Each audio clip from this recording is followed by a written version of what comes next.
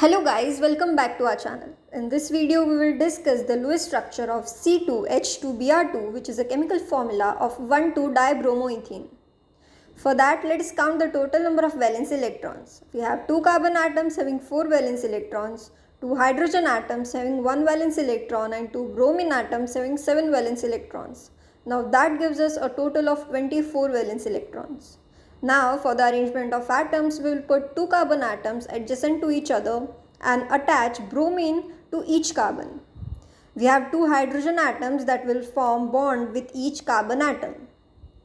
Let us see the arrangement of electrons. For that, we will put pair of electrons in between each atom for bond formation. This way, we have used a total of 10 electrons and we are still left with 14 more that we will arrange around remaining bromine atoms for completion of octet. We are still left with 2 more and carbon needs 2 more electrons to complete its octet. So we will assign the remaining 2 in between the carbon atoms that will result in the formation of double bond.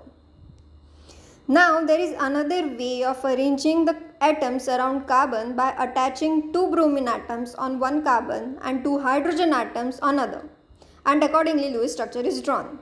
Such compounds having same formula but different structures are called isomers. These are the final 2 Lewis structures having formula C2H2Br2. For more such videos, make sure to subscribe our channel and thank you for watching.